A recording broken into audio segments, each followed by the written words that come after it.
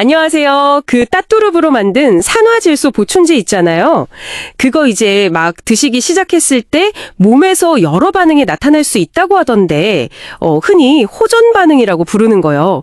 오늘 이것 좀 자세히 알아보려고 해요.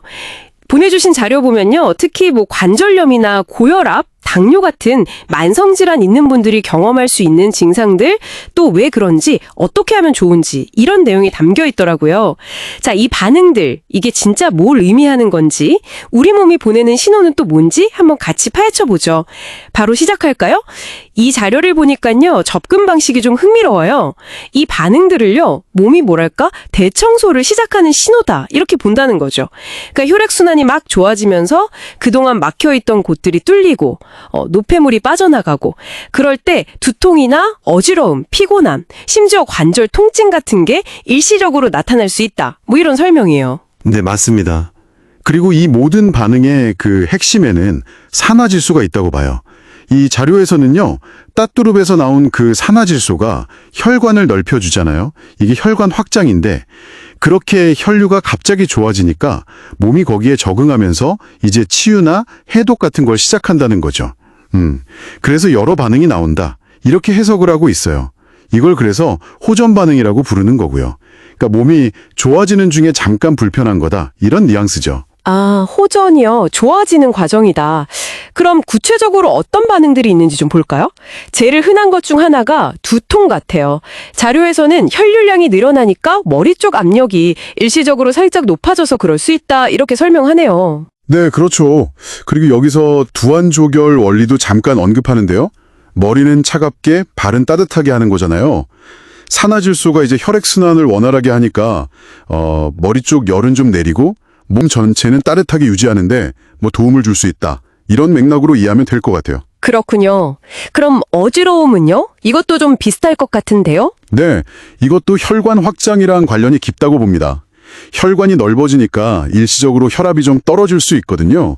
특히 혈압약 드시는 분들이나 원래 저혈압 있으신 분들은 조금 더 민감하게 느끼실 수 있어요. 아, 그럼 그럴 땐 어떻게 하는 게 좋다고 나와 있나요? 네, 그럴 때는 좀 천천히 움직이시고 물을 충분히 드시는 게 좋다고 자료에서는 조언하고 있습니다. 급하게 움직이지 않는 게 중요하겠죠? 그리고 기운이 없다, 피곤하다 이런 느낌도 있다고요. 이건 왜 그러는 걸까요? 아, 그거는 이제 몸 안에 쌓였던 독소 같은 것들이 배출되면서 에너지가 좀 소모되기 때문이라고 설명해요. 일종의 해독작용이죠. 거기에 에너지가 쓰이니까 일시적으로 피로감을 느낄 수 있다는 거예요. 보통 한 1주에서 2주 정도?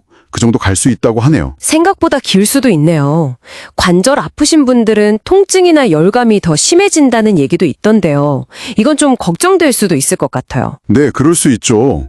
근데 이것도 이제 치유 과정의 일부로 해석을 하더라고요. 혈류가 좋아지면서 그 염증 부위 있잖아요. 거기로 면역세포들이 막 활발하게 모여들면서 치유가 시작되는 신호라는 거죠. 그러다 보니까 일시적으로 통증이나 열감이 더 느껴질 수 있다는 설명입니다. 아, 오히려 좋은 신호일 수 있다. 네, 자료에 따르면 그렇습니다. 그래서 그 부위에 따뚜로백을 적신 거즈를 대고 온찜질 같은 걸 해주면 회복에 좀 도움이 된다. 이런 제안도 있고요. 그렇군요. 그 외에도 소변량이 늘거나 거품이 생기거나 피부가 가렵거나 속이 쓰리거나 몸살 기운, 다리 저림. 와, 진짜 다양하네요. 네, 정말 여러 가지 반응이 언급되죠. 근데 이걸 다 일일이 보기는 좀 그렇고 중요한 건 이런 다양한 반응이 나타날 수 있다는 사실 자체인 것 같아요. 맞습니다. 그리고 이 자료에서 정말 일관되게 강조하는 게 있어요.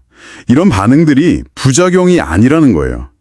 이게 호전, 그러니까 치유가 시작됐다는 아주 긍정적인 신호로 봐야 한다는 거죠. 아, 그래서 반응이 좀 불편해도 중단하지 말고 꾸준히 복용하는 게 좋다. 이런 쪽으로 계속 이야기하는 거군요. 네, 그렇죠. 계속하면 결국에는 몸 상태가 더 좋아질 거다. 이렇게 강조하고 있습니다. 그럼 대처법은요? 특별한 게 있나요? 기본적으로는 물 충분히 마시고 푹 쉬고 경우에 따라서는 복용량을 잠깐 조절해 볼 수도 있겠죠. 근데 근본적으로는 몸이 그냥 새로운 상태에 적응하는 자연스러운 과정이니까 좀 지켜보면서 기다리는 걸 권장하는 분위기예요. 자, 그럼 오늘 이야기 나눈 내용을 한번 정리해 볼까요? 이 자료의 관점에서 보면 따뚜르 보충제를 먹기 시작했을 때 나타나는 두통, 피로감, 잠깐 더 아픈 것 같은 그런 현상들. 이게 사실은 산화질소가 늘어나면서 우리 몸이 반응하는 거고, 일종의 정화나 치유를 시작했다는 신호, 그런 알림 같은 걸 수 있다는 거죠. 네, 핵심은 그거죠.